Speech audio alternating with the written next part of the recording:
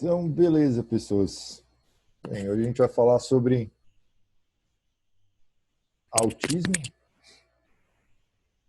Na verdade, é uma aula complementar ao capítulo do IACAPAP sobre autismo, né? Que acho que tem muitas informações bem interessantes naquele capítulo. É um capítulo que eu gosto bastante. Eu recomendo a leitura. Como livro de psiquiatria da infância e adolescência, eu acho que é o meu livro favorito, assim. Que eu acho que é bem interessante. Fora que ele é digital, gratuito, é sempre atualizado. Poderia ser atualizado com mais frequência, mas tipo, de alguma maneira ele é atualizado. Então, acho interessante. E como para cada capítulo eles pegam especialistas da área para escrever sobre aquele tema, sem grandes conflitos de egos e afins, eu acho que é um livro bem completo. Mas, de qualquer maneira, ele tem muitas lacunas, assim, que acho que para cada área dá para aprofundar um pouquinho mais. Como vocês sabem, a minha área não é psicoterapia nem nada do tipo. Eu gosto muito mais de psicofarmacologia. Então, quando a gente fala de autismo, deixa eu ver se eu consigo compartilhar a tela com vocês. Vocês estão vendo o slide aí, né? Sim. Quando a gente fala de autismo e tratamento psicofarmacológico, tem dois guidelines assim que vem na minha cabeça. O primeiro é o do Reino Unido, que é um consenso sobre o tratamento psicofarmacológico de autismo para adultos e crianças. Essa aula eu vou falar de crianças, porque ficaria um pouco confuso falar de adultos e crianças, até porque tem, quando a gente vai falar de comorbidades, muda bastante a indicação de tratamento para cada um. E tem o consenso de psicofarmacologia para autismo da Harvard e da costa leste, se a Califórnia for no leste. Que também, mas ele é bem curtinho, assim, bem, uma leitura simples, eu recomendo. O consenso britânico é muito mais interessante, muito mais completo, mas são umas 53 páginas, é uma leitura um pouquinho mais extensa. Então a gente vai falar um pouco sobre essa abordagem psicofarmacológica para autismo, mas antes disso acho que tem que citar algumas coisas interessantes que faltaram assim no capítulo do IACAPAP para a gente tentar complementar um pouquinho o tema. Bem, eu tenho conflitos de interesses, sou speaker da DIT, mas não vou falar sobre urazidona hoje, então sem grandes problemas. No IACAPAP, ele fala bastante sobre histórico de autismo, mas, se eu não me engano, ele começa falando de Bloyer, depois ele vai para Leo Kanner, Hans Asperger. Só que antes disso, a gente tinha já algumas descrições de algo que lembra, né, o transtorno do espectro autista. Primeiro, descrições não médicas, né, na literatura. Em 1747, tinha um termo dessa silent madness, seria uma loucura silenciosa, que descrevia um grupo peculiar de pessoas, que a princípio eles tinham um hobby em comum, que era essa coleção de penas e gravetos. Foi o que chamou atenção para a descrição desse quadro, mas além de colecionar penas e gravetos, eles também tinham esse olhar não usual, falta de tato social e maneirismos bizarros, que lembra bastante um comportamento autista, né?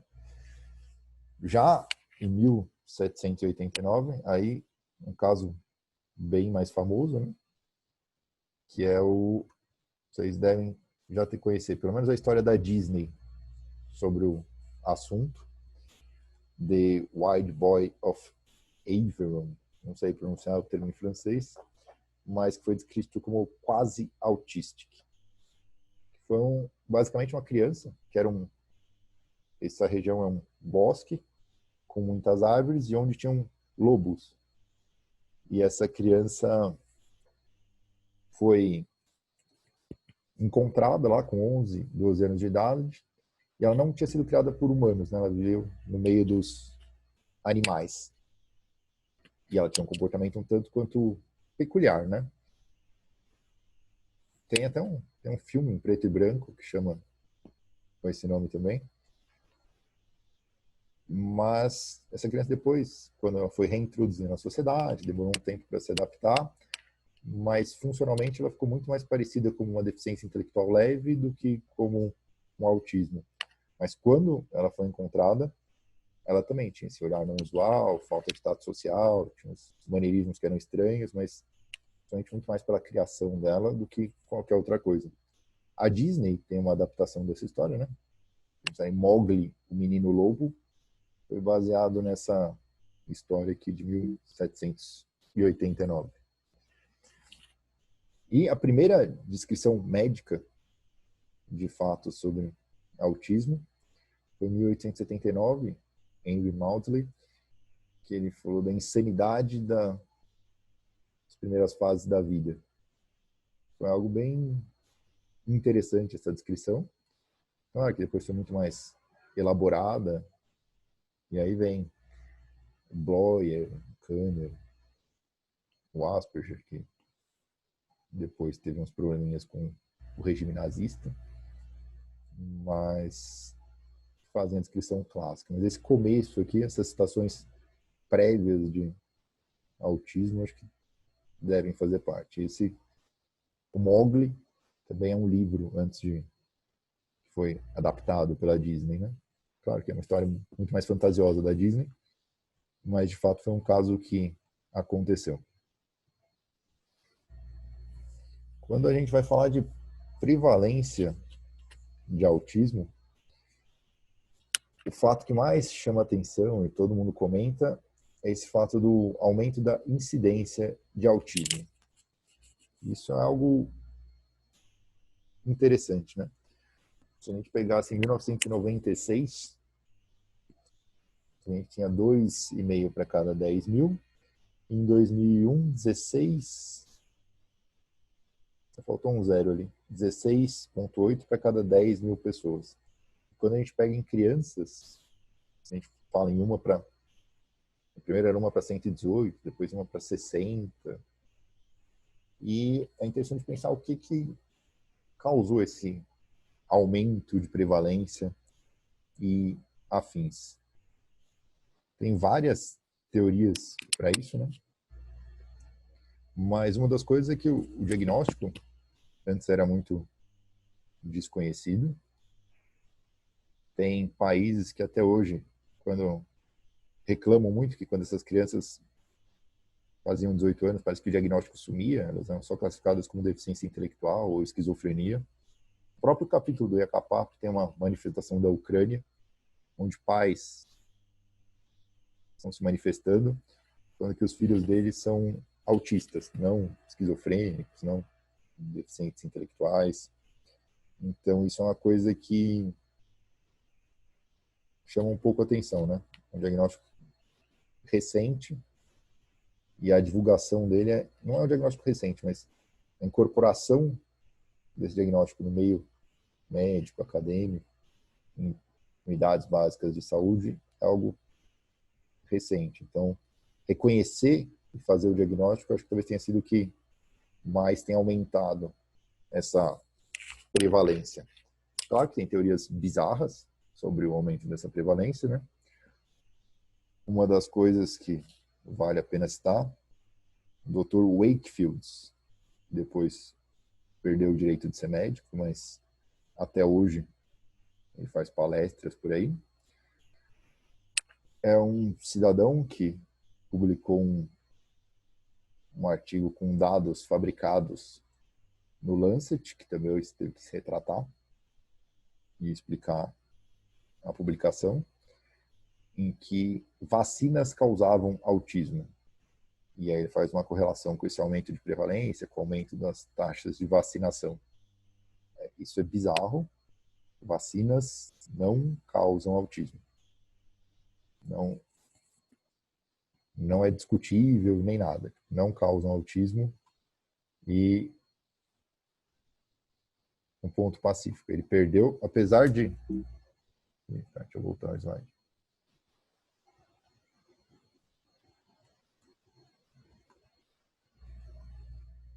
Aqui.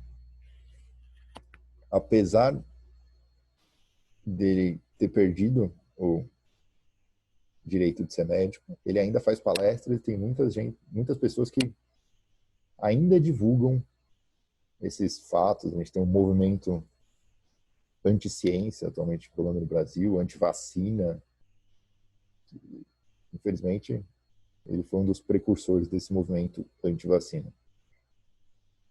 Todos vocês são médicos, não preciso explicar para nenhum de vocês porque as crianças devem ser vacinadas, né? Mas autismo é um transtorno do neurodesenvolvimento, tem que estar presente nas primeiras fases da vida, dá para fazer diagnóstico já com uns 2 anos, já é possível. Uma das coisas que chama a atenção em autismo é a prevalência entre homens e mulheres. Quando a gente faz diagnóstico de autismo com as comorbidades, você tem 4 homens para uma mulher. Quando você pega autismo sem comorbidade nenhuma, essa taxa vai para quase 6 homens para uma mulher. Então é algo bem mais prevalente no gênero masculino. Isso traz algumas questões. Entre elas, que geralmente no gênero feminino tem esse atraso no diagnóstico. A gente fala que é mais difícil fazer o diagnóstico no gênero feminino. Mas tem algumas coisas específicas, né? Tem gente que fala desse fenótipo autista feminino. Que as manifestações cardinais de autismo em mulheres é um pouquinho diferente. Elas têm menos estereotipias quando comparadas ao gênero masculino. Os interesses restritos, que no gênero masculino às vezes é mais bizarro, tipo, tem interesse em máquina de lavar, tem interesse em dinossauro, que é um clássico, tem interesse, mas às vezes não é só no dinossauro, né? Nos dentes do dinossauro, no rabo do dinossauro, na escama do dinossauro, alguns não muito práticos, mas geralmente algo mais aleatório, assim. No gênero feminino, às vezes esses interesses restritos são em pessoas. Aí tem um interesse só em uma pessoa, em só pessoas daquele tipo, o que torna menos bizarro, assim, só que também fica mais difícil fazer o diagnóstico. Os interesses no gênero feminino geralmente são socialmente aceitos.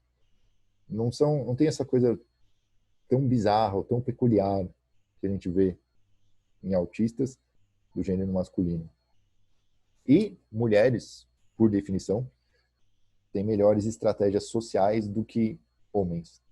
Então, principalmente, elas se adaptam muito melhor, apesar dos déficits na comunicação social, do que homens. E elas têm uns padrões que, às vezes, dificultam ainda mais o diagnóstico. Um padrão de timidez excessiva, onde você vai demorar muito mais para fazer o diagnóstico, porque se não se expressa muito, as pessoas já têm essa crença que é uma criança muito tímida, ela não fala porque ela é tímida, ela não se comunica porque ela é tímida. Ou então, algo mais autoritário e perfeccionista. O que as pessoas tendem a ver como uma coisa boa e nem sempre vem como algum prejuízo. As pessoas geralmente, é engraçado, ela é mandona, ela é toda certinha e tal.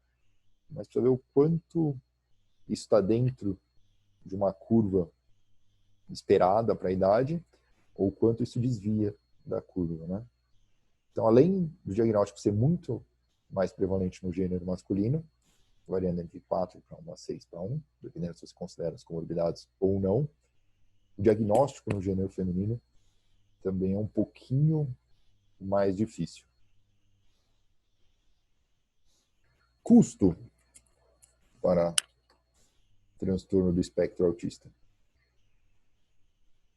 Esse custo é no Reino Unido, né? que, como vocês sabem, é um padrão ouro para o tratamento de autismo. Terapia... Só um minuto, que acho que tem alguém para entrar aqui na sala. Vocês voltaram a ver o slide? Sim. Então vamos falar sobre o custo ao longo da vida. Quando a gente está pensando em transtorno de espectro autista, o padrão ouro para o tratamento é terapia analítico-comportamental, ou ABA, como o pessoal costuma chamar. E é uma terapia bem interessante, bem específica, tem que ser individualizada para cada pessoa, não dá para fazer grupos gigantescos. Tem gente que tenta aplicar em dupla ou algo do tipo, mas geralmente em fases mais avançadas, no início tem que ser individualizada. E é algo bem caro, né? O treinamento em análise comportamental aplicada é uma coisa cara. Aqui no Brasil, se fosse fazer uma formação em ABA, principalmente uma bem barata, assim, ficaria algo em torno de uns 15, 20 mil reais. E uma mais completa chega perto de uns 60 mil. Então, são profissionais bem qualificados e uma terapia individualizada para uma doença que atinge basicamente 1% da população. Como se vocês pensassem que cada paciente com esquizofrenia tivesse que fazer psicoterapia individual várias vezes por semana. O quão inviável isso seria. Então, o custo é muito alto. É diferente de outros países que têm centros para o tratamento de autismo. O público autista, assim, tem várias ONGs e esse catálogo aí é da Autism, do Conselho Nacional de Autismo do Reino Unido, e também nos Estados Unidos tem uma ONG que chama Autism Speaks, são bem famosas, e eles são bem articulados, eles fazem manifestações e afins. E aqui no Brasil foi em 2015, 16, teve uma licitação, mas teve uma assembleia para discutir a criação de centros especializados no tratamento de autismo, além dos CAPs. O CAPs trata todos os transtornos mentais, né? Não só autismo. E, infelizmente, foi voto vencido dos familiares de autistas, né? Mas seria algo bem interessante, porque para todos vocês que passam no meu CAPS, vocês veem o tratamento de autistas, né? Geralmente grupo, uma vez por semana, no máximo 2 vezes por semana. E tratamento médico vai uma vez por mês, no caso 2 meses, quando necessário. Mas quando o ideal seria você estar fazendo diversas sessões em uma semana, com profissionais diferentes, e uma terapia individualizada. Claro que pensar isso na saúde pública é um desafio bem grande, mas teria que pensar em algo próximo disso. E o tratamento que a gente oferece para autistas aqui nos CAPs, acho que é muito aquém do padrão ouro. E o pessoal, mas isso é muito custoso. Mas é que tem que pensar em custo ao longo da vida, né?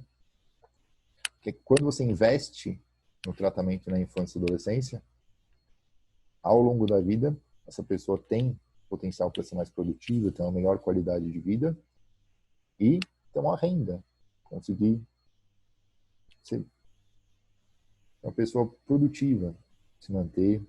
Quando você não investe no tratamento na infância e essa pessoa não consegue se tornar produtiva, vai ser um custo muito maior quando você pensar na vida toda da pessoa, da saúde.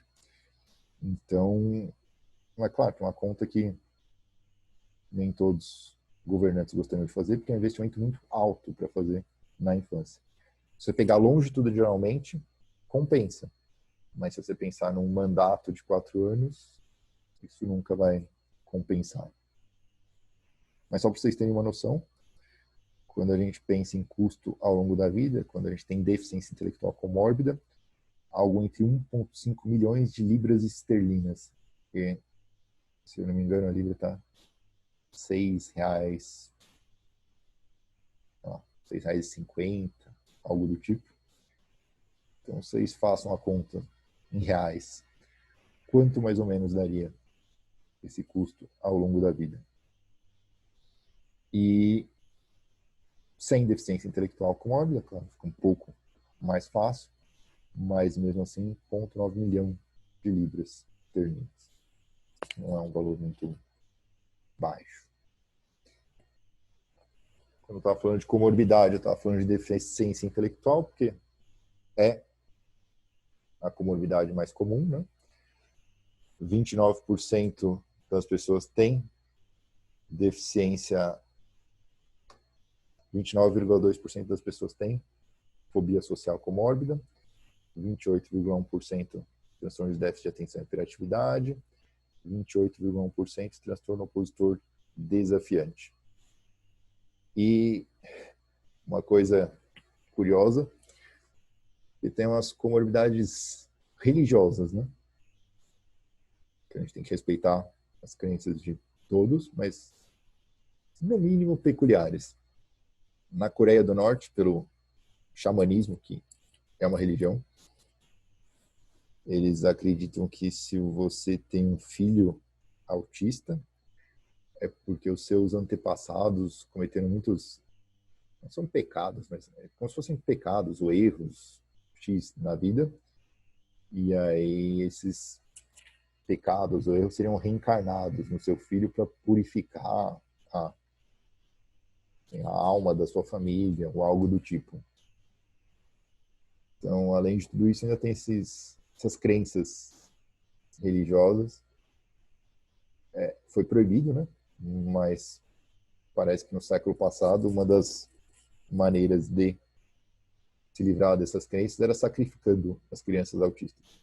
Eu espero realmente que tenha sido proibido, porque a gente não tem muitos dados, mas apesar de ser uma religião, né, sacrifícios humanos não são muito bem quistos em nenhum lugar.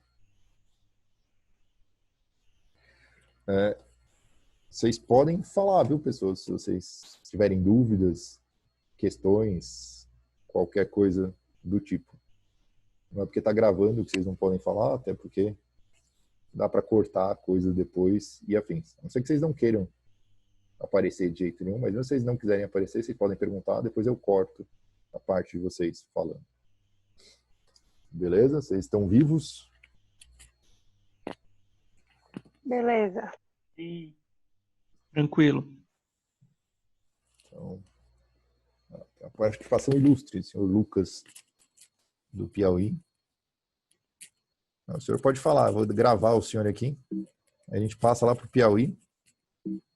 Tem um público garantido lá. Espera só um minuto que acho que tem alguém querendo entrar. Acho que ele nem te ouviu, que ele não te respondeu. Deixou ligada a aula. Acho que é a Yasmin tinha caído, acho que agora ela entrou de novo. Yasmin, tá aí? Caiu a internet aqui, desculpa. Não, imagina.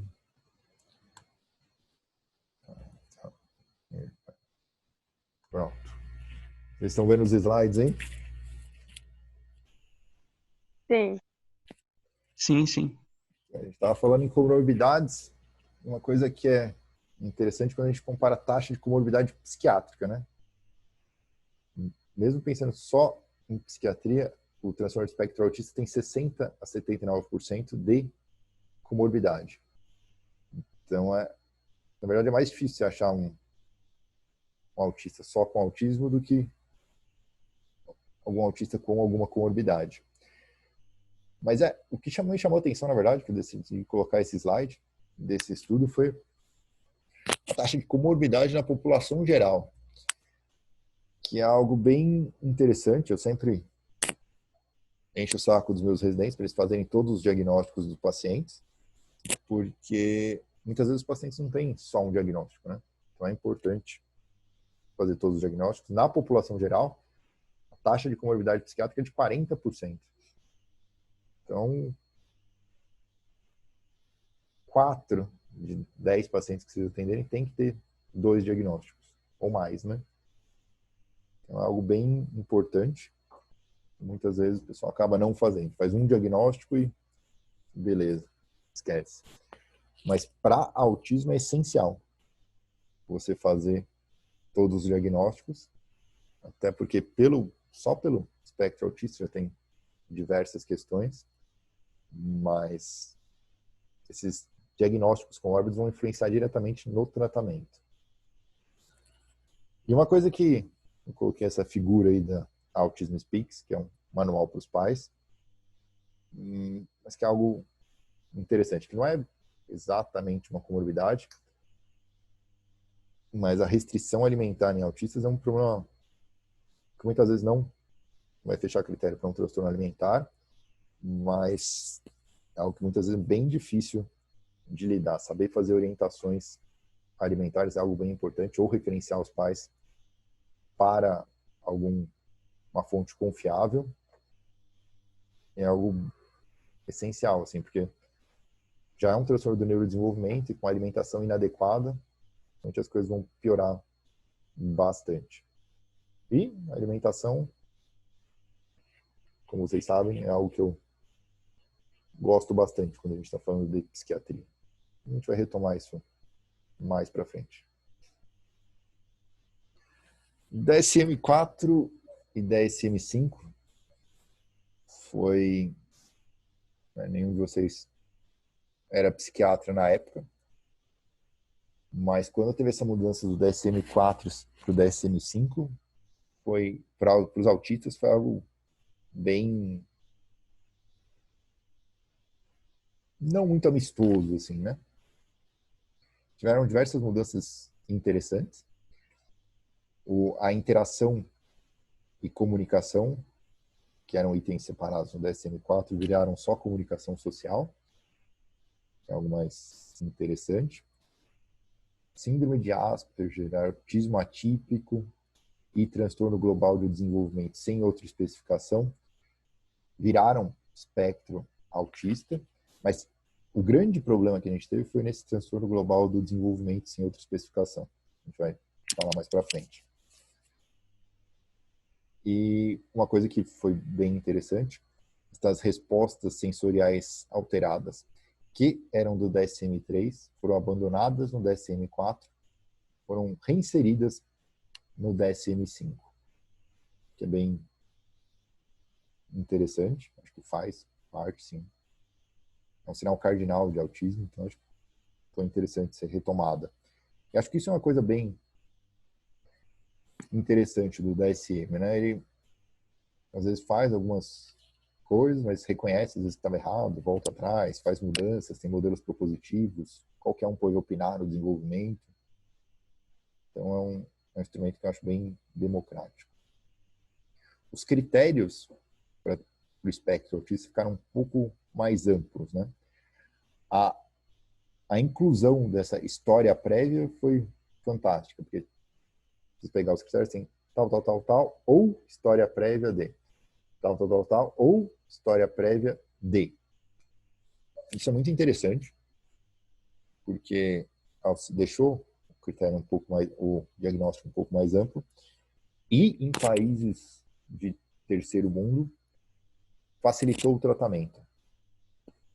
Isso é algo bem legal, assim, porque o DSM é um manual norte-americano, né? Mas, como eu disse, pessoas do mundo inteiro podem contribuir.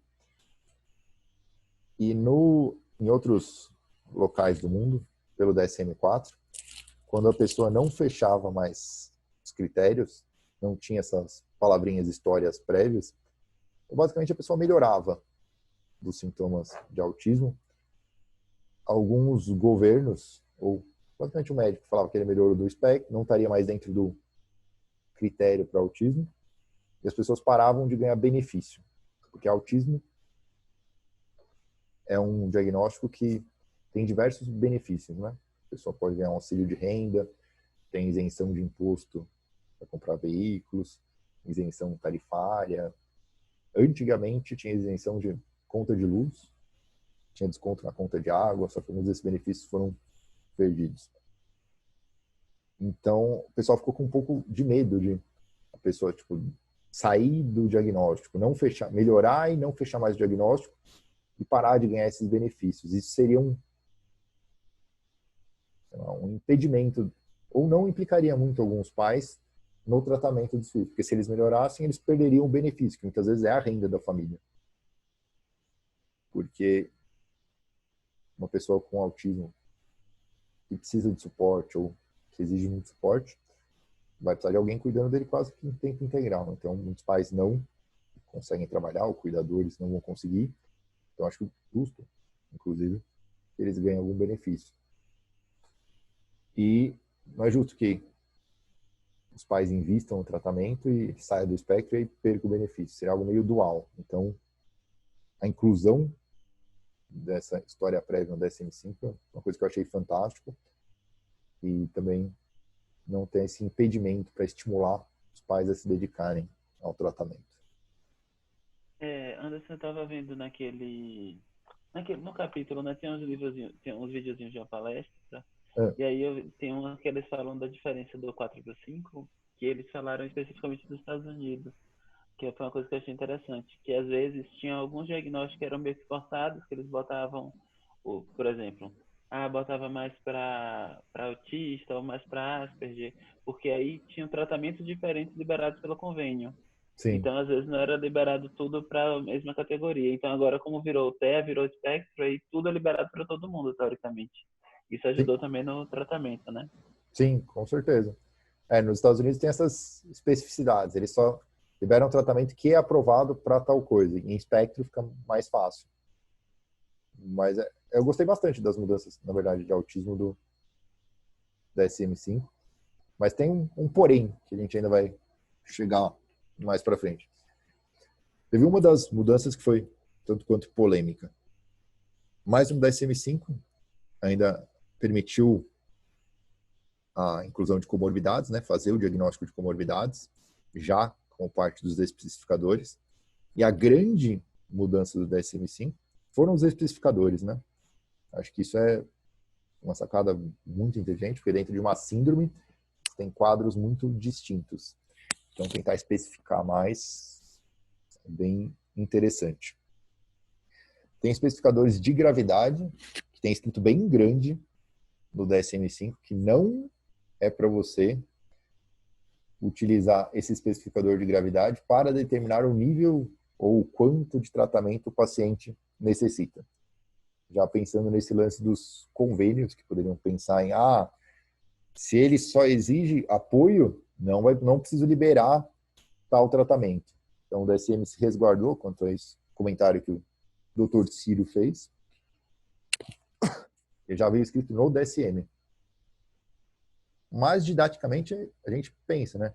Com exigindo apoio substancial, exigindo muito apoio substancial, são níveis bem diferentes de cuidado que uma pessoa vai precisar e de auxílio.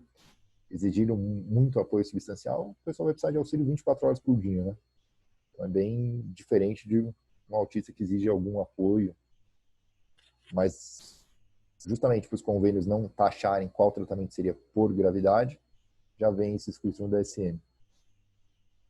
Outros especificadores que a gente usa para transtorno do espectro autista é o com comprometimento intelectual ou sem, com condição médica ou genética, ou fator ambiental, também é algo bem comum, e associado a transtorno mental ou comportamental ou do neurodesenvolvimento, que entram as comorbidades psiquiátricas, ou com catatonia. Então, sei que na maioria das vezes o pessoal não usa na prática, mas esses especificadores são um diferencial assim do DSM-5. Eu acho que conhecê-los é no mínimo assim o que a gente precisa fazer. E se pudesse usar eles, seria bem interessante. Mas qual foi o calcanhar de Aquiles assim do DSM-5, o que gerou muita polêmica, manifestações, pais de autistas hostis ao DSM-5 e coisas do tipo. No DSM-5, você lembra que teve aquela inclusão no espectro de Asperger, autismo atípico e transtorno global do desenvolvimento sem outra especificação. No DSM-5, vem escrito que os pacientes que tinham o diagnóstico pelo DSM-4 desses 3 transtornos deveriam ser incluídos no transtorno do espectro autista. Perfeito. Até aí, sem problemas. Só que, quando você vai fazer o diagnóstico atualmente pelo DSM-5 do transtorno do espectro autista, pessoas que fechariam diagnóstico para o transtorno global do desenvolvimento sem outra especificação, atualmente não caem dentro do espectro autista. Então, aí que gerou o problema. Até 2013, quem já tinha o diagnóstico pelo DSM-4 foi convertido para o espectro.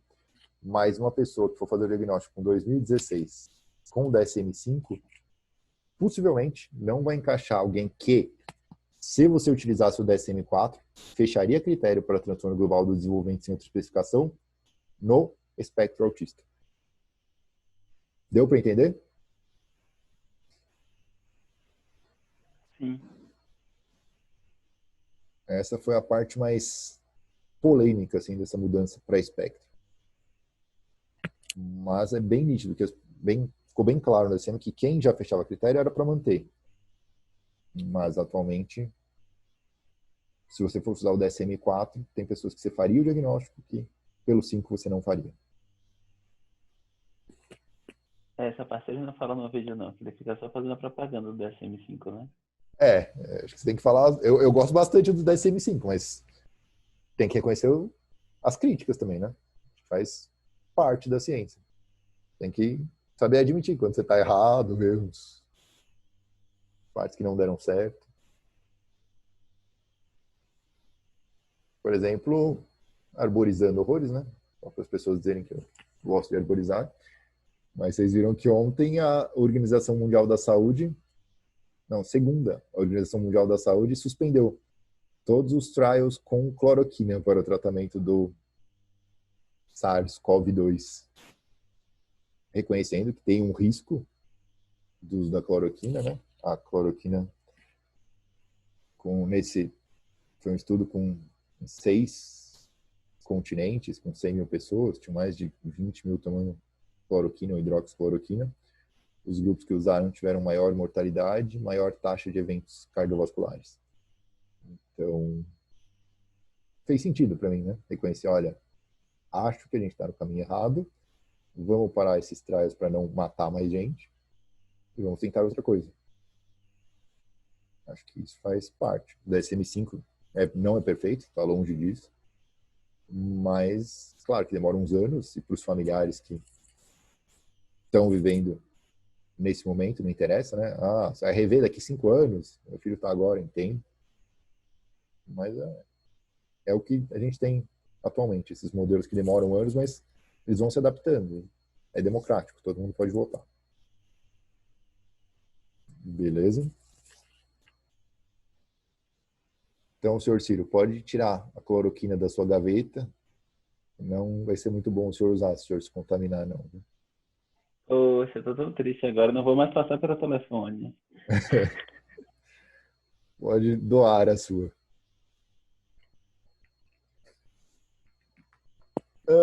Diagnóstico retroativo. Isso é algo bem importante, assim. É uma ideia francesa, porque muitas vezes, claro, autismo com deficiência intelectual comórbida, porteiro faz diagnóstico, ele vai saber que tem alguma coisa errada com aquela criança. Mas às vezes os casos leves, principalmente no gênero feminino, às vezes é mais difícil de fazer o diagnóstico. E quando chega já na adolescência, é mais complexo, porque às vezes o relato dos pais não é tão bom, então é difícil. É engraçado porque quando eu não tinha filha, eu ia falar, nossa, esses pais não sabem nada do marco de desenvolvimento da criança, que absurdo. Eu pergunto, tipo, os pais, mais ou menos isso, mais ou menos isso. Mas quando eu vou pensar para minha filha, tipo, com quanto tempo que aconteceu isso, quanto tempo que aconteceu isso, tipo, X. Eu tenho que pensar muito, eu dar uma resposta bem meia boca, meio genérica. Eu não saberia dizer muitas coisas, não. Então, olhando assim, acho que foi normal o desenvolvimento dela. Mas eu entendo melhor os pais agora. Então, entendo que a história às vezes não é muito fidedigna. Então, vídeos de aniversário são ferramentas bem interessantes. E é bem legal, assim. Eu assisti uma palestra de uma psiquiatra francesa que estava falando sobre diagnóstico retroativo. E ela tem uns vídeos, assim, nossa, tipo, é muito peculiar, assim, o comportamento dessas crianças, que teoricamente não tinham autismo, né? Que os pais levam com uma dúvida diagnóstica na adolescência. E quando você olha o comportamento, e ela filmou as entrevistas com os adolescentes, quando você olha o comportamento do adolescente e da criança, é muito diferente. Porque o adolescente já teve tempo de se adaptar, é um comportamento muito mais adaptado, mas quando você vê o vídeo dele como criança, tipo, não, tira a dúvida se ele é autista ou não. Porque lembra que tem o histórico prévio nos critérios diagnósticos. Então é algo bem interessante. Se algum dia vocês estiverem investigando os autistas, às vezes com dúvida, adultos ou adolescentes, vale a pena pedir vídeos de quando eles eram crianças. Geralmente menor contato visual, sem reação quando o nome é chamado, não costumam apontar e não mostram objetos para convidados. Não tem aquela atenção dividida que é comum de crianças, né? Criança está fazendo alguma coisa, você está fazendo outra, e, tipo, ela quer muito que você faça a mesma coisa que ela, preste atenção no que ela está fazendo. As crianças sem estar no espectro, né? Crianças no espectro tem muita diferença para elas. E outra coisa importante do diagnóstico retroativo, isso é só um exemplo, esse estudo do FEM, é que quando você faz intervenção precoce, quando chega nos 5 anos, as crianças já estão mais adaptadas. É como se elas não preenchessem mais os critérios. Esse preencher tá entre aspas, porque elas vão ter o histórico, né? Mas elas não vão mais fechar o critério. Se você fosse entrevistar essa criança com 7 anos e não perguntar do histórico, você nunca faria o diagnóstico de autismo para ela. Claro que se ela fez intervenção precoce, afins, os pais vão contar para você coisas do tipo. Mas é só para prestar atenção e lembrar que muitas vezes você vai precisar fazer esse diagnóstico retroativo, porque passa. Até hoje a gente vê muitos colegas na pediatria que acham que esses atrasos no neurodesenvolvimento são comuns. Não, daqui a pouco a criança melhora, ou cada criança tem seu ritmo, ou coisas peculiares que eu costumo Eu tinha um escutar. colega na faculdade. Ele era bem peculiar, assim, principalmente no centro cirúrgico. Ele saía, assim, dizia, deu meu horário de almoço, eu pegava e saía no meio da cirurgia. Aí depois voltava, se paramentava todo como se nada tivesse acontecido. Um tato social inexistente. Pois é. Era bem curioso. Às vezes essas pessoas têm alguma coisa meio diferente, assim. Mas se ele está fazendo medicina, ele é bem adaptado, né? Apesar dessas peculiaridades. Sim, sim. Ele era diagnosticado, inclusive. Ele fazia acompanhamento direitinho e tal. Então ótimo, tá tudo certo. É engraçado, porque às vezes as pessoas têm uma dificuldade de se adaptar, conviver com essas pessoas, mas elas, quando você entende o problema, são bem engraçadas. Na minha opinião. Herdabilidade. A herdabilidade, antigamente o pessoal falava em 90%, esse estudo mais recente do Liechtenstein fala numa herdabilidade de 80%. E uma coisa interessante é que 10 a 15% dos casos do espectro autista estão relacionados a síndromes genéticas, né?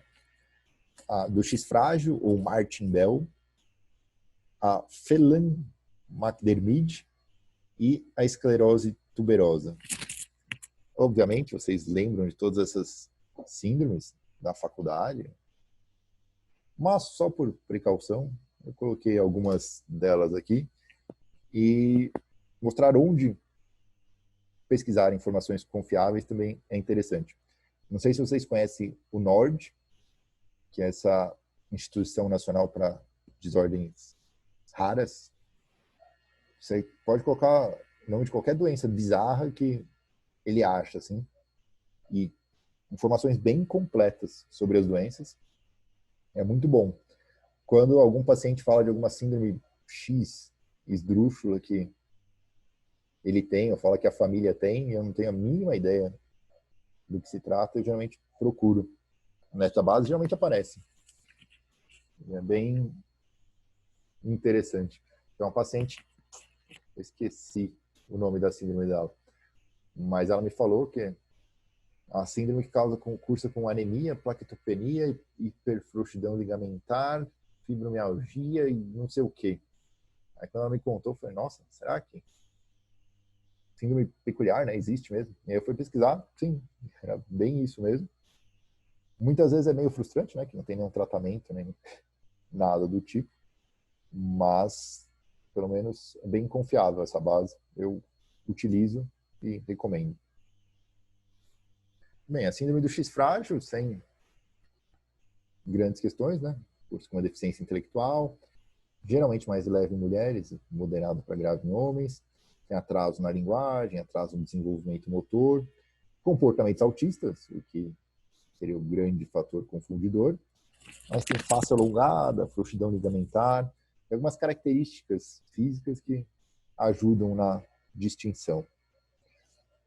Phelan-McDermid, um pouquinho mais difícil, né? Porque tem hipotonia, geralmente crescimento normal, discurso ausente ou muito atrasado, atraso moderado ou severo do desenvolvimento e discretos dismorfismos. Então, se você não pegar esses discretos dismorfismos e pegar um autista não verbal, às vezes não é muito fácil fazer esse diagnóstico diferencial. O que chamava muita atenção é a hipotonia dessas crianças. Então, às vezes é importante pensar em diagnósticos diferenciais nesses casos mais peculiares. Assim. E esclerose tuberosa, ou Bourneville-Pringle, é mais fácil, né? Tem os armatomas que podem estar no cérebro, mas também tem outras regiões do cérebro, esses tumores benignos no início da vida, e quando estão no cérebro podem dar alguns sintomas parecidos com autismo, mas você vai achar os armatomas. Riscos ambientais, que é algo bem importante para transtorno do espectro autista. Prematuridade, hipóxia perinatal, os torches. Algo que vale a pena destacar, que são fatores de riscos mais recentes, né? Baixa vitamina D materna, obesidade materna, idade paterna avançada. Os outros são mais conhecidos, né? Idade materna avançada, exposição gestacional ao valproato de sódio, baixo peso ao nascer. Mas os mais recentes, que acho que vale a pena destacar, é a baixa vitamina D materna, que recentemente está na moda, né? O pessoal costuma repor, principalmente em gestantes, o que é bem importante. A idade paterna, que o pessoal não levava muito a sério. Ah, só a mãe que vai ficando mais velha que vai aumentando os riscos. Não. O pai ficando mais velho também aumenta o risco, não só de autismo, como de diversas outras doenças, vai para esquizofrenia também. E obesidade materna. Também é um fator de risco para autismo. Essa história do perímetro cefálico, que todo mundo... Ah, o autista tem a cabeça maior, quando ele é criança, o cérebro é maior. É, mais ou menos. Com 3 a 4 anos de idade, geralmente tem maior densidade cerebral, tanto de substância branca como cinza, maior perímetro cefálico, e 10 a 15 anos estaria bem mais semelhante à população geral. Só que isso não é replicável para todos os autistas. É mais válido para alguns subtipos. Então, não pode considerar isso algo patognomônico. Tem vários autistas que não vão apresentar essas características e vão estar no espectro autista. Então, cuidado. Antigamente o pessoal achava isso meio... todo autista tem isso. Não são todos. TEA e serotonina. Essa é uma teoria bem interessante, que o pessoal acreditava que o transtorno do espectro autista estava associado a um aumento de serotonina plasmática na infância. E não são para todos, né? Só 25% dos pacientes com TEA, mas de fato apresentam tanto níveis elevados plasmáticos como nas plaquetas. E a serotonina no neurodesenvolvimento é essencial para guiar a sinaptogênese, neurogênese, diferenciação neuronal. E a ideia é que esse excesso de serotonina seria uma das causas desse aumento de volume cerebral, essa densidade cerebral maior. Mas, como a gente já discutiu, nem todos os autistas têm esse aumento de densidade cerebral e, muito menos, só 25% deles têm esse aumento do nível de serotonina. Mas uma teoria interessante que durante algum tempo o pessoal tentou definir como uma das causadoras de transtorno do espectro autista. Outra que parecia extremamente promissora era um desequilíbrio entre GABA e glutamato, os principais neurotransmissores excitatórios e inibitórios do sistema nervoso central. E foi fantástico, né? Em ratos funcionou lindamente esse modelo. O único problema é que para humanos não deu muito certo. Não foi replicável, porque, obviamente, o cérebro de humanos é um pouco mais complexo do que o de ratos. E aí, em algumas áreas, tinha esse desequilíbrio para um lado, para outro desequilíbrio do outro. E quando os autistas tinham sintomas diferentes, tinham desequilíbrios diferentes na mesma região do cérebro, que a ideia em ratos era que tinha uma hiperestabilidade, né? Tinha mais glutamato do que GABA, e esse déficit em GABA e traria esse excesso de glutamato que traria esses prejuízos, sintomas do autismo. Para ratos funciona bem, para humanos não deu muito certo. Mas foi uma teoria bem interessante.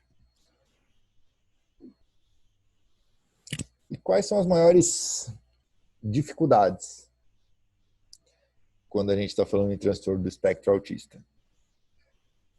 Isso aqui eu estou considerando para esses em negrito, tanto pacientes com comorbidade ou sem comorbidade.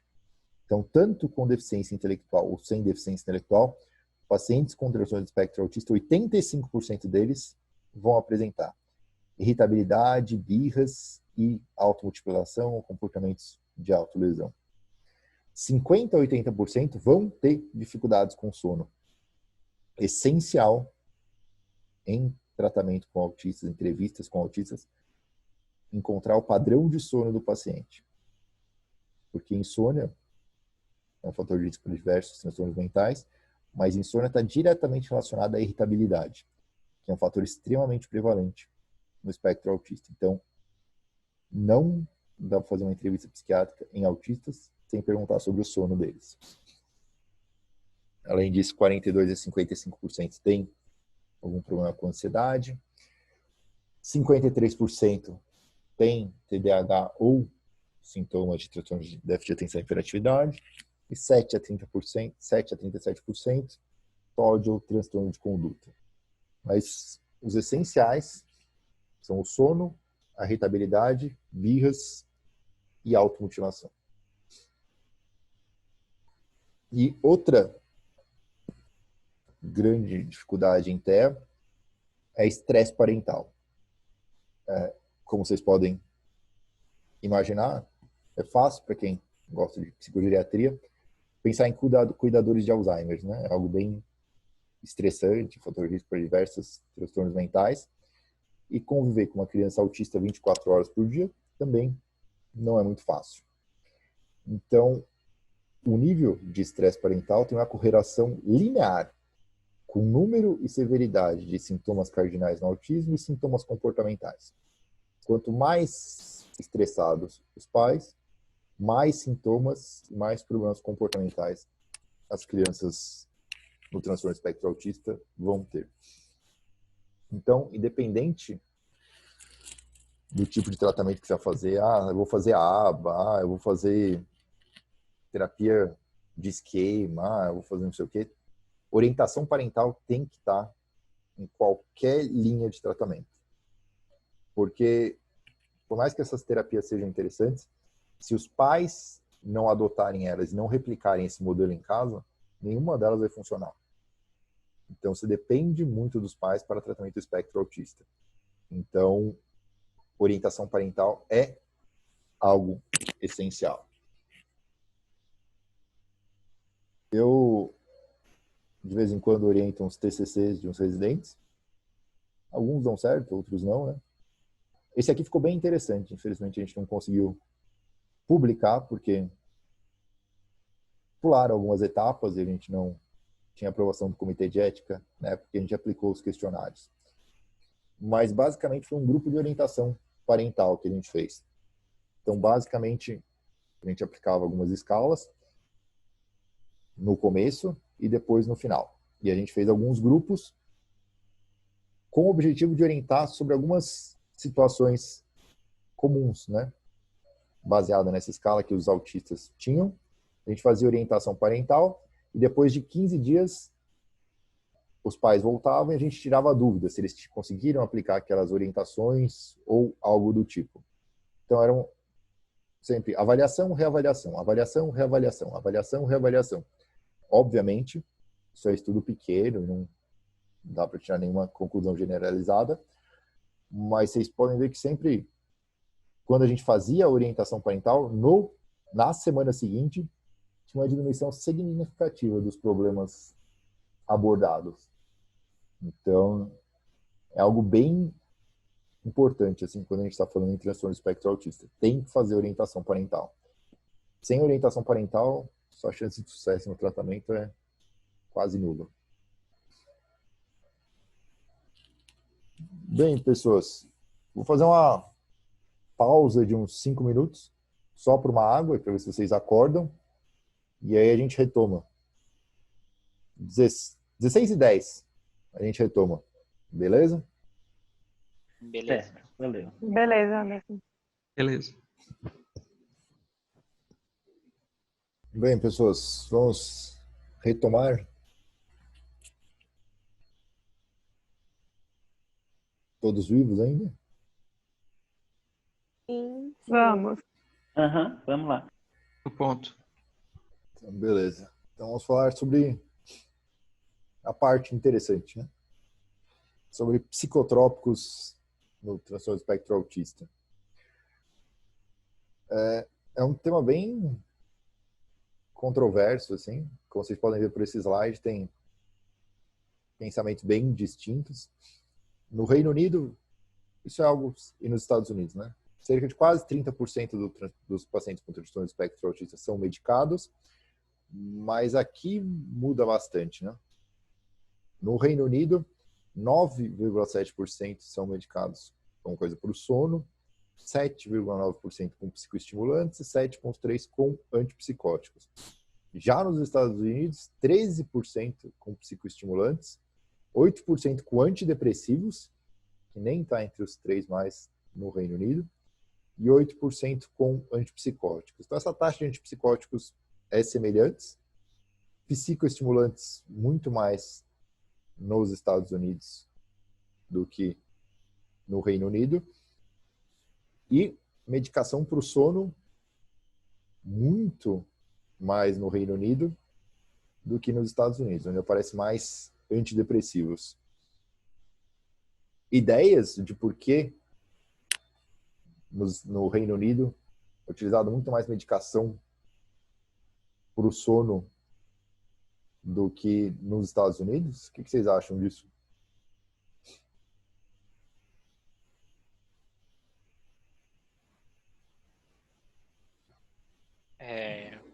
Por conta daquela questão de irritabilidade e a relação entre a irritabilidade que tem uma grande porcentagem dos autistas com a insônia, Mas por que Ele nos sofre? Estados Unidos ninguém medicaria essas crianças por sono? Nos Estados Unidos não tem problemas com sono os autistas. Não saberia falar. Alguém, alguma ideia?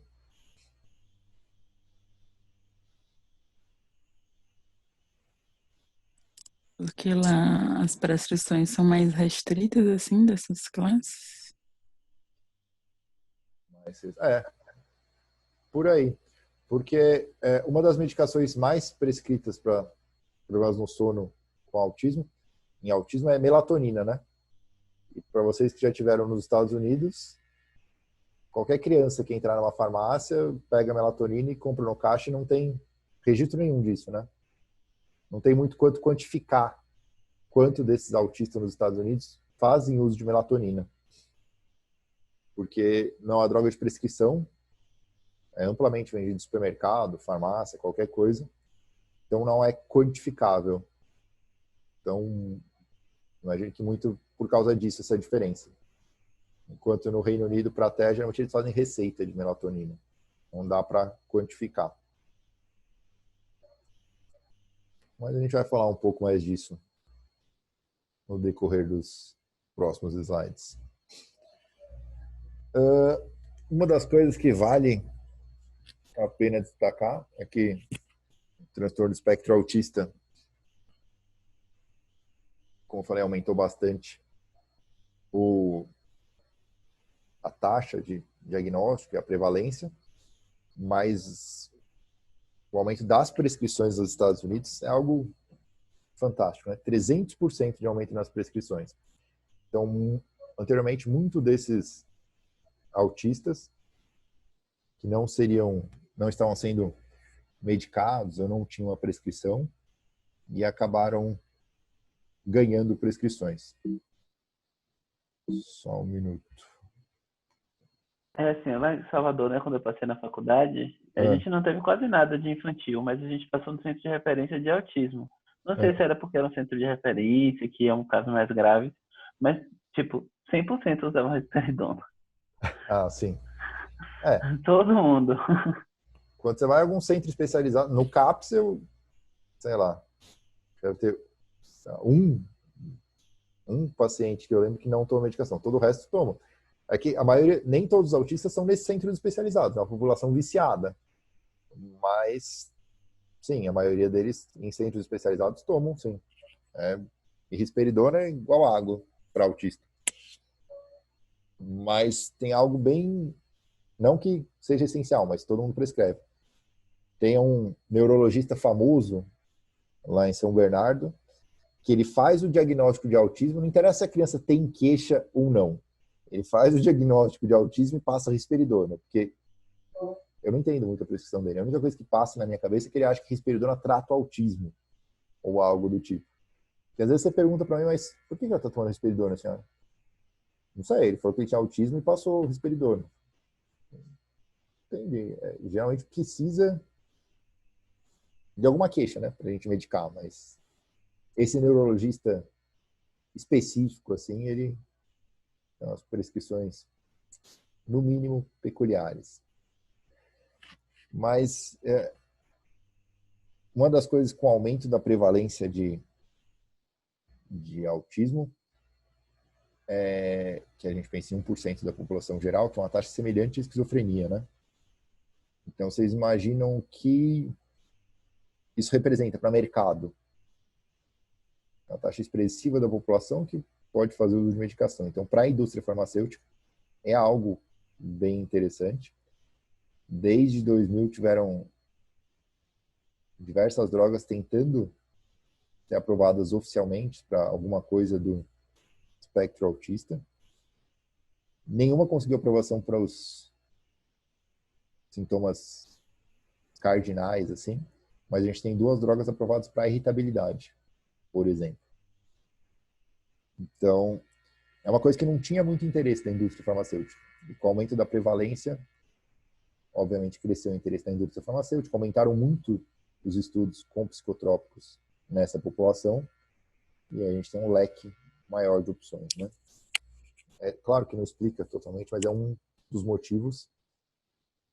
o interesse que essa população gerou com o mercado para psicotrópicos. Esse aqui é o consenso britânico para a psicofarmacologia transtorno do espectro autista.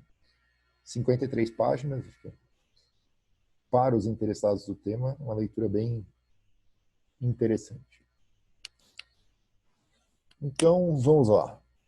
Sintomas cardinais de autismo. Quando a gente pensa em prejuízo persistente na interação e comunicação social, ou histórico prévio de um padrão de interesses, atividades, comportamentos restritos e repetitivos, ou histórico prévio de. Tentaram diversas coisas, nenhuma droga é aprovada para tratar esses sintomas. Nenhuma. Já tentaram risperidona, algo interessante era a ocitocina, que tinha os resultados iniciais promissores e depois em grandes trials não funcionou. Antidepressivos também não. Memantina também foi tentado, mas não tem nenhuma medicação aprovada para tratar prejuízo na interação e comunicação social e esse padrão de interesse, atividades, comportamentos restritos repetitivos, que são os sintomas básicos do transtorno espectro autista. O aripiprazol, em 2010, recebeu a aprovação do FDA para irritabilidade no TEA. Isso é algo bem interessante, porque quem passa no meu CAPS sabe que a gente usa muito a risperidona, mas tem muitos efeitos colaterais, né?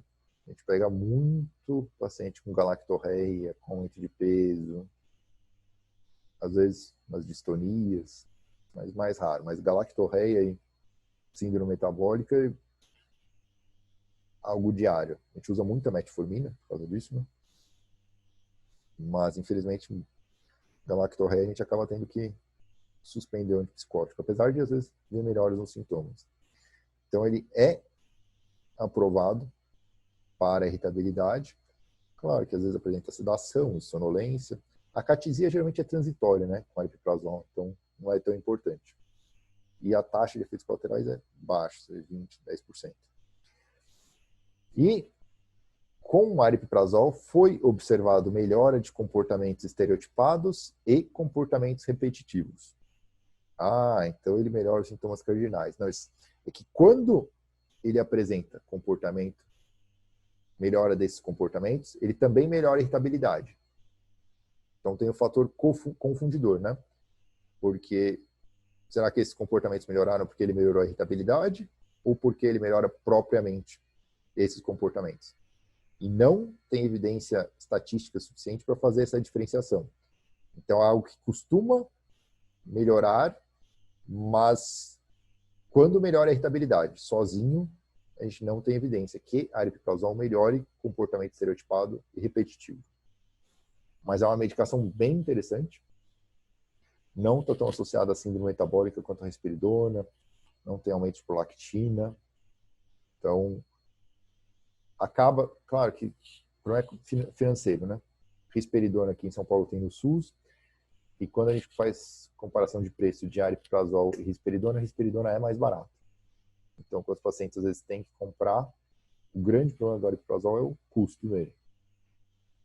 Tem alguns genéricos, recentemente, mas mesmo 10 mg genérico, para 30 dias, em torno de uns 60, 70 reais. O que não é muito acessível para grande parte da população. E nossa amiga risperidona aqui, prescrita amplamente para os pacientes com transtorno do espectro autista, né? Tem aprovação desde 2006 pelo FDA para tratar irritabilidade. E aí a gente melhora de comportamentos repetitivos, de hiperatividade, letargia e retraimento social, mas somente quando tem melhora da irritabilidade. Não melhora sozinho essas coisas. Mas, quando tem melhora da irritabilidade, com risperidona, podem ser observadas essas melhoras. Grande parte das pessoas que fazem uso apresentam efeitos adversos, mais de um terço. E é geralmente isso. Ganho de peso, aumento de prolactina, sedação. A sedação Claro, em esquizofrênicos também diminui com o tempo. Mas esse dado aqui é específico para transtorno do espectro autista. Em 8 semanas, essa sedação da risperidona geralmente vai embora. Então, às vezes, para fazer uso diário dela, só pedir para a família, para o paciente aguardar um pouquinho que geralmente vai embora essa sedação e consegue fazer uso diário. Quando a gente usa para melhorar o sono, é comum o paciente falar, melhorou no começo, agora não me faz mais dormir. Pode acontecer. E quando a gente fala de tratamento medicamentoso de comorbidades, a gente viu que comorbidades são extremamente comuns, né, no espectro autista. E aqui eu usei uma escala de cores, né? Quando é azul, é que tem boa evidência científica. Laranja, mais ou menos, e vermelho, a evidência é fraca. Então, quando a gente fala de transtorno depressivo maior e transtornos ansiosos, a gente acaba falando de inibidor seletivo, mas a evidência é média, assim. A gente acaba usando. Estou falando para crianças, para pessoas. E risperidona tem relatos de melhora de sintomas de transtornos ansiosos com o uso de risperidona. De sintomas depressivos, não.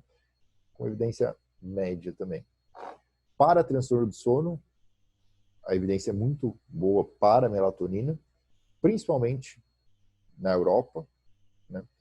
Nos Estados Unidos, a melatonina, como é uma droga que não tem muito controle sobre ela, tem poucos estudos interessantes, porque estudos custam muito dinheiro, né? E investir numa droga que ninguém tem a patente, que todo mundo usa, às vezes não é muito interessante. A gente tem mais estudos na Europa, mas é bem interessante, com efeitos bem importantes no sono. Melhor na qualidade do sono. E talvez o que mais chame atenção e que seja menos lógico, assim, é para comorbidade de toque e autismo. Onde risperidona tem maior redução na iBox, que é uma escala de sintomas de toque, do que inibidores seletivos. E, curiosamente, com inibidor seletivo, quando a gente tem trials com fluoxetina e com citalopram, sem melhora nenhuma dos sintomas de toque. Quando risperidona, tem estudos de melhor evidência que cursam com melhora no toque. Tem alguma evidência que inibidor seletivo, tem alguma lógica para usar, mas a maior evidência é para o uso de risperidona na comorbidade de toque e TEA. Irritabilidade e hiperatividade é uma indicação formal, né? Risperidona e aripiprazol para irritabilidade, mas tem evidência científica de boa qualidade que risperidona e aripiprazol também melhoram a hiperatividade. E para TDAH comórbido a TEA, a melhor evidência é para metilfenidato, tem uma evidência boa para atomoxetina, clonidina é evidência fraca, assim. Mas quando a gente está falando de TDAH em TEA, você nunca pode esperar que a resposta do paciente com TDAH sem TEA seja a mesma do TDAH com TEA. Claro que o grupo que não tem TEA responde muito melhor, uma taxa de resposta muito superior ao que não tem TEA comórbido. Mas é uma tentativa bem interessante para a gente usar nesses pacientes com essa comorbidade. E chegando perto da nossa conclusão, vocês viram que eu basicamente passei pelo consenso britânico e eu não citei nada que melhore interação e comunicação social. Para os comportamentos, interesses e atividades restritos e repetitivos, tem risperidona, aripiprazol, que meio que indiretamente podem acabar melhorando.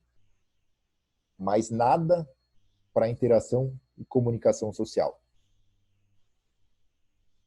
E, de fato, não conheço nenhuma medicação com uma taxa de sucesso interessante para isso, apesar de diversos estudos com diversas medicações. Uma ideia inicial era tentar antidepressivo para melhorar, mas não tiveram grandes respostas. E esse gráfico aqui foi de algo que tentou com ocitocina, também não deu certo, mas esse gráfico só é interessante para a gente pensar em comunicação e interação social. Eu lembro que nas descrições primárias de autismo, o pessoal pensava muito em algo semelhante à esquizofrenia, uma esquizofrenia infantil, um quadro psicótico infantil. Porque a funcionalidade social é bem parecida com do esquizofrênico, mas não é esquizofrênico crônico. E é bem diferente do transtorno afetivo bipolar. E a ideia desse aqui era, tipo, melhorar o funcionamento e a cognição social através da ocitocina. Que não funcionou, mas o gráfico não deixa de ser interessante. Entre um funcionamento social e cognição social, tem entre baixa cognição social e um baixo funcionamento social, que é onde está o autismo, e uma cognição social alta com baixo funcionamento, que também não funciona, que é o transtorno afetivo bipolar, e onde seria esse ponto médio aí. E alguém tem alguma ideia de alguma coisa que conseguiria melhorar essa comunicação e interação social em pacientes com TEA? Vocês... Alguma atividade. Você está falando de medicação ou de... Não, medicação não tem. Estou falando de Não tratamento funciona, né? complementar. Não, não tem nada de medicação. Isso. Aba, né? Hã? Aba. Aba. Sim, de fato, a aba melhora. Só é meio caro e tem que ser individualizado. Mas é um tratamento de primeira linha, a aba, não seria complementar. Atividades lúdicas, brincadeiras, essas coisas assim com outras crianças para tentar socializar. Uma creche, alguma coisa assim. Isso é importante. Ter interação social é importante para esses pacientes, que senão não funciona, né? Você vai ter que expor ele a situações sociais. Isso mas faz parte do tratamento. Libera algum tipo de alimentação ou atividade física, pensando que libera algum hormônio, alguma coisa nesse sentido? Muito bom. Não, atividade física às vezes é difícil você fazer com esses pacientes, porque eles têm algumas dificuldades, mas a alimentação é a ideia, assim. Sulfurano é um isotiocianato presente no brócolis, né? É aquele brócolis ninja, que é aquele mais escuro, não aquele brócolis, eu sei lá o nome dele, que é o mais verdinho, mais claro. Pelo menos aqui no Brasil é mais comum o verde claro, não o ninja, né? Mas quando a gente pega esse estudo com essas crianças que fizeram uma super reposição de sulfurano, né? Que não dá para comer, porque você imagina que autista já tem essa seletividade alimentar, muitas vezes restritos, e você não vai fazer um paciente com transtorno espectro autista comer uma cabeça e meia de brócolis por dia. Nenhum de vocês, eu acho que conseguiria comer isso sustentadamente por muito tempo. Mas o interessante dessa escala aqui é que quando você olha a interação social, o P deu de 0,007. Foi eficaz para melhorar a interação social. Aqui são alguns gráficos. E você olha como o sulfurano se distancia bastante do placebo em responsividade social e nos scores totais da ABC. Então, foi um estudo bem promissor, assim. Claro que a indústria farmacêutica não foi muito fã desse estudo, né? Porque onde já se viu brócolis... É um concentrado de brócolis, na verdade, né? Melhorar alguma coisa e tentou taxar esse estudo com algumas outras características indesejadas, mas independente disso, está sendo replicado em alguns centros, já tem outros resultados positivos, e talvez seja por aí. Acho que o caminho seja pensar em coisas diferentes, porque já tentaram todos os psicofármacos, né, e nenhum com grande resposta, e se a gente tem alguma resposta positiva, e o interessante é que não tem muito efeito colateral, né? Você comer uma cabeça de brócolis por dia, você não vai morrer nem nada do tipo. Então é algo bem promissor e acho que esse caminho entre alimentação e psiquiatria talvez seja o futuro, tratamentos que a gente não pensava anteriormente, talvez façam parte aí do nosso futuro. Grande problema desse estudo: a melhora da interação social só ocorreu enquanto os pacientes estavam fazendo reposição ou esse uso do sulfurano. Quando você cessa a reposição, você perde os ganhos que você teve durante a reposição. Então, é algo que levanta muitas dúvidas, né? Se é algo que ao longo do tempo se sustentaria ou não, mas de qualquer jeito, como nenhuma apresentou alguma resposta, e esse apresentou alguma resposta, é algo interessante. Era basicamente isso. Isso aqui é uma frase de um dos autistas. Diversas dessas organizações adoram utilizar. Só para pensar em autismo como um indivíduo, né? O próprio ABA, que é o tratamento ouro, é um tratamento altamente individualizado. Não dá para você colocar todos os pacientes com autismo dentro de um mesmo saco e tentar tratar todos eles iguais, que você não vai conseguir bons resultados. Beleza, pessoas? Beleza, obrigado pela aula, Anderson. Foi ótimo. Valeu, foi muito boa mesmo. Beleza, Anderson. Obrigada pela aula. Obrigadão pela aula, Anderson. Imagina. Deixa eu ver se eu... agora eu parei de compartilhar a tela, né? Uhum. Sim, só tá você. Bom. Beleza. Dúvidas sobre esse complemento do capítulo do IACAPAP? Não? Deixa eu só fazer uma pergunta que eu acho que é meio retardada, mas enfim. Quando você tem a comorbidade de transtorno depressivo maior com ansiedade, que aí a evidência média é inibidor de serotonina e risperidona, tem alguma ordem? Tipo, começa a tentar primeiro um e depois outro, ou tanto faz, ou joga no escuro? A comorbidade é TEA e transtorno depressivo ou TEA e transtorno ansioso. Para TEA e transtorno ansioso, você pode testar qualquer um dos dois. Para TEA e depressão, aí não, é só inibidor seletivo. Tá. E quando é qualquer um dos dois, aí pode ser do jeito que eu quiser. Se eu quiser primeiro testar um, o outro não tem uma ordem disso, não. Para TEA e transtorno ansioso, e transtornos ansiosos, não, aí não tem ordem. Tá. E da irritabilidade, da risperidona e aripiprazol, faz sentido começar com o primeiro ou outro ou não? Faz sim. No mundo ideal, você daria aripiprazol, né? Que tem menos efeito colateral. Tá. Mas... Entendi. O negócio é que não tem noções, né? Esse é o grande porém. Mas no mundo ideal, eu daria aripiprazol primeiro. Entendi. Obrigada. Não. Mais dúvidas, questões? Então, beleza, pessoas.